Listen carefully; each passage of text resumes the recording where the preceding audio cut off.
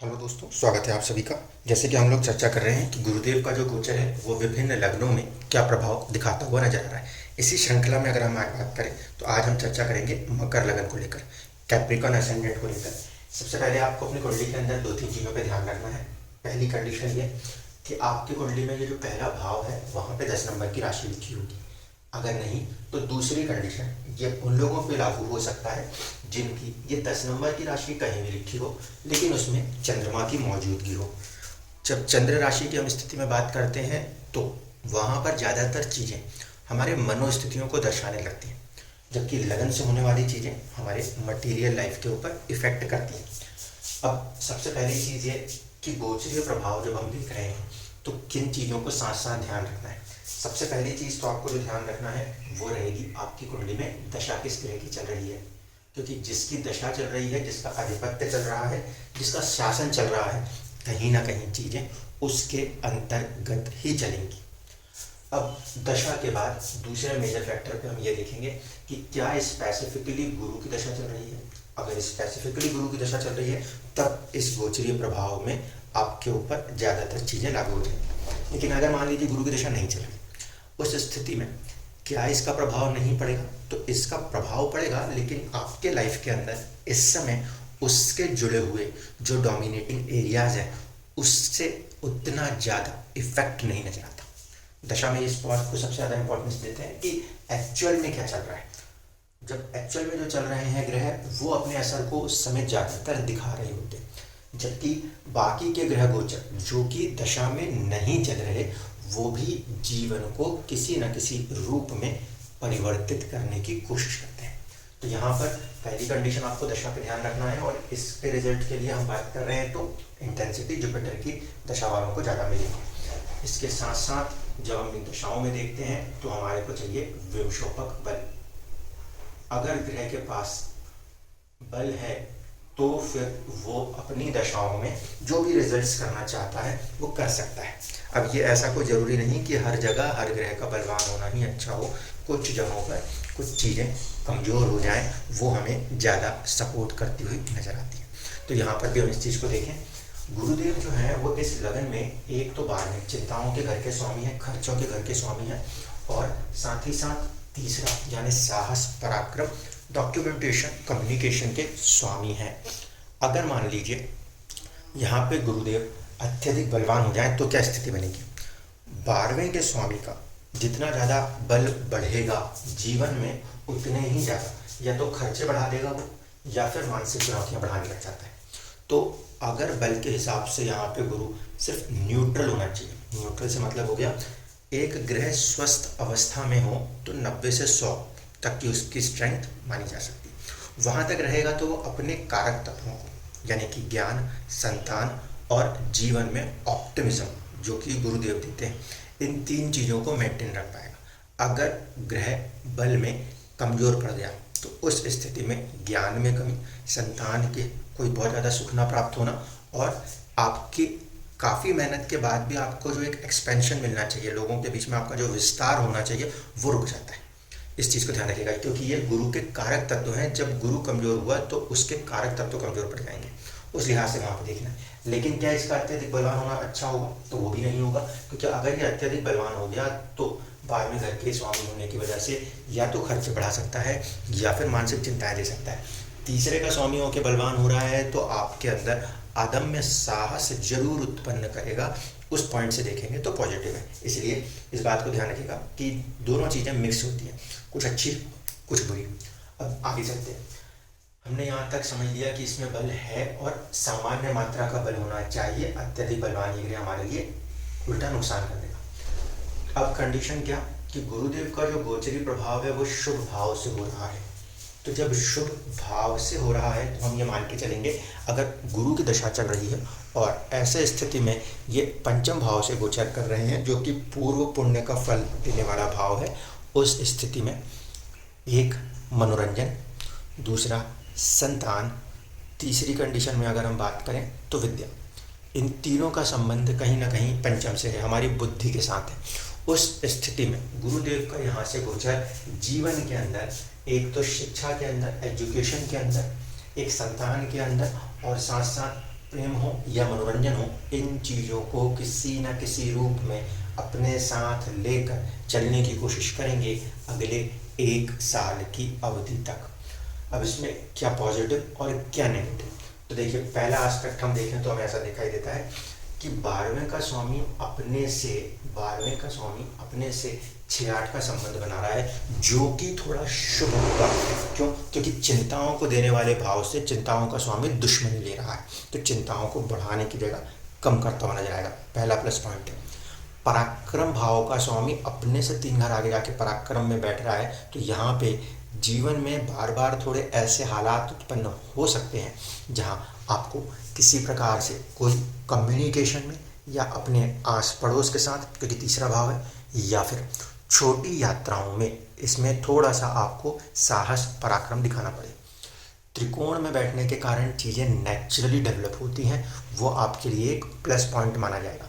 तो overall aspect से मैं अगर बात करूं, एक नैसर्गिक शुभ ग्रह जो कि इस कुंडली के लिए भी एक प्रकार से न्यूट्रल हो जाता है, तटस्थ हो जाता है। क्यों? क्योंकि 12वें का स्वामी 12वें के स्वामित्व के साथ साथ ये देखता है कि वो दूसरे किस भाव का स्वामी, तो यहाँ पर उसके पास आएगा तीसरा भाव।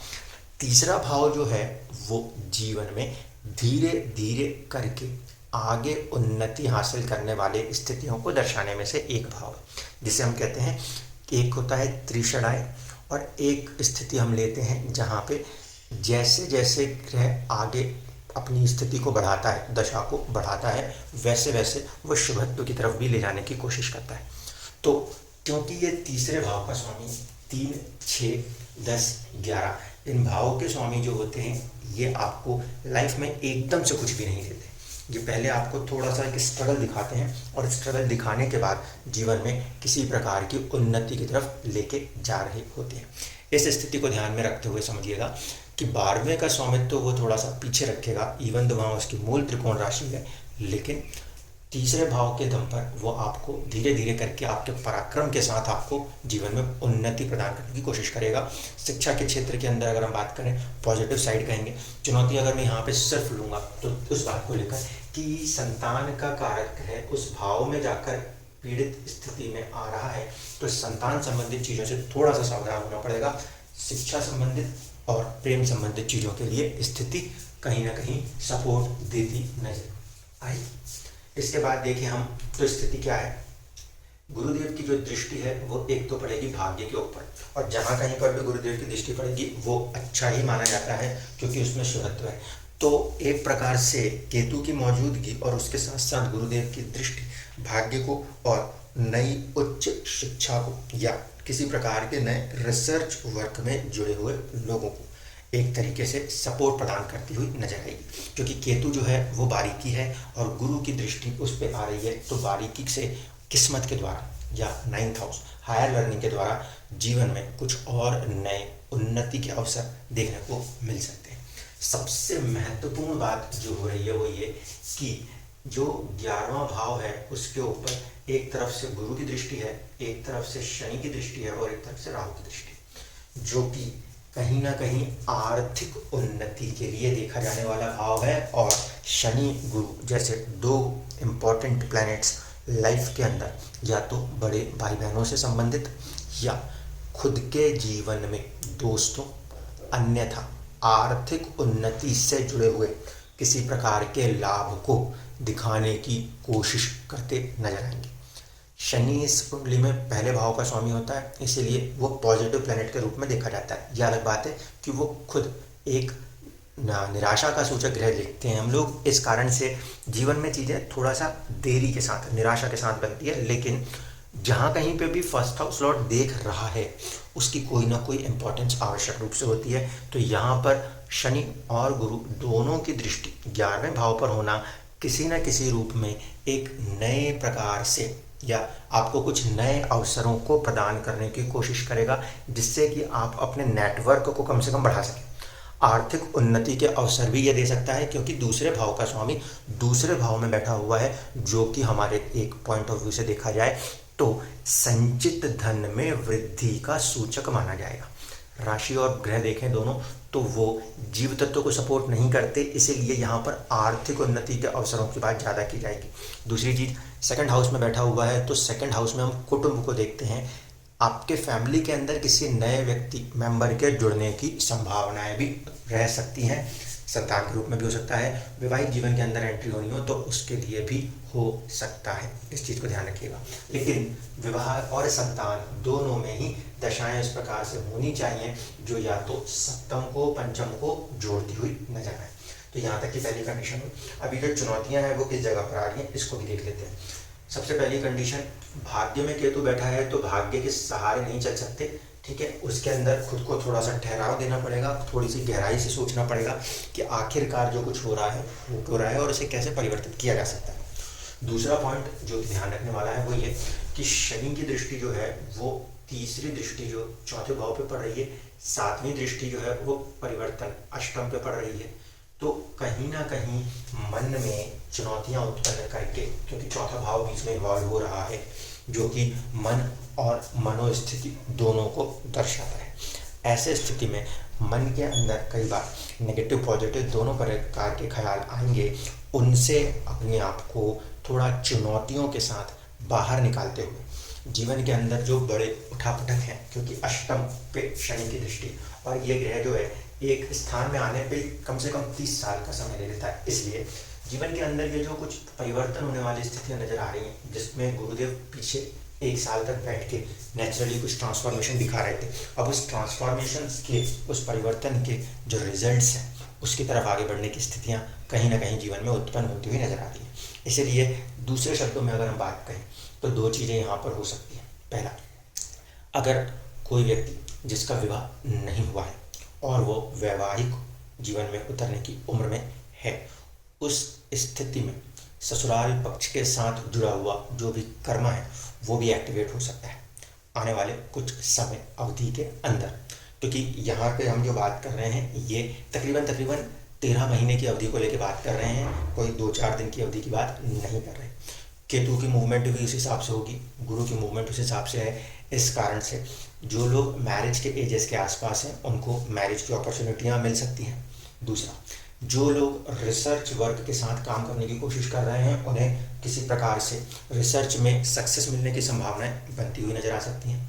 तीसरा पॉइंट जो यहाँ पे ध्यान रखने वाला है कि अगर मान लीजिए आप ना तो रिसर्च के अंदर है ना ही आप वैवाहिक जीवन की तरफ है, या तो एज ऊपर की तरफ है 40+ 50+ वाली कंडीशन में, या फिर बच्चे हैं यानी कि 18 से कम की स्थिति में, तो वहाँ पर लाइफ के अंदर किसी प्रकार से कुछ नए परिवर्तन, कुछ नए सोच का संचरण किसी प्रकार से होता हुआ नजर आ सकता है, जिसके कारण या तो सेकंड हाउस यानी कि फैमिली लाइफ या फिर आपके सेविंग्स के ऊपर कुछ असर पड़ता हुआ दिखाई दे सकता है। प्लस पॉइंट में देखा जाए तो राहु की मौजूदगी जो कि तीसरे भाव में है, ये पराक्रम और साहस में वृद्धि को दर्शाती है। लेकिन एक चीज़ को ध्यान जरूर रखिएगा, वो ये कि ये मायावी ग्रह है।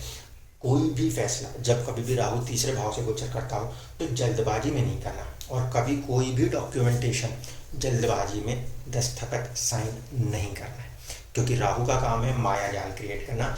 4 है तो 4 को 40 दिखा देना। इस स्थिति से आपको थोड़ा सा सावधानी के साथ आगे बढ़ना चाहिए। उस मामले में कि एक कठोर ग्रह जब तीसरे भाव में बैठता है तो जीवन के अंदर कहीं ना कहीं संघर्ष कितना भी हो आपको एक नई ऊंचाइयां देने की कोशिश करता है। उस पॉइंट ऑफ व्यू से राहु की मौजूदगी अच्छी है। पराक्रम भाव का स्वामी होकर के पंचम में बैठने के कारण भी जीवन में जहाँ जहाँ चुनौतियाँ हैं वहाँ वहाँ आपको नेचुरल गाइडेंस मिलता हुआ नजर आएगा, क्योंकि पंचम भाव और नवम भाव ये दोनों त्रिकोण स्थान होने के कारण अपने अंदर एक शुभता रखते हैं।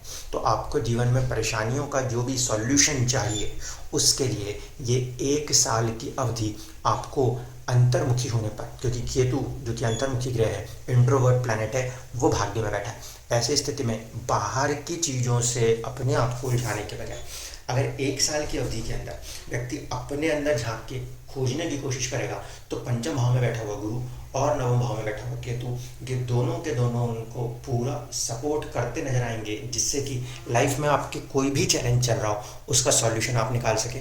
और लाभ भाव के ऊपर की पड़ने वाली दृष्टियाँ जीवन में कहीं ना कहीं किसी न किसी रूप में आर्थिक या लोगों के साथ जुड़ के नेटवर्किंग के द्वारा आपको फ़ायदा पहुंचाने की कोशिश करती नजर आ सकती हैं। धन्यवाद।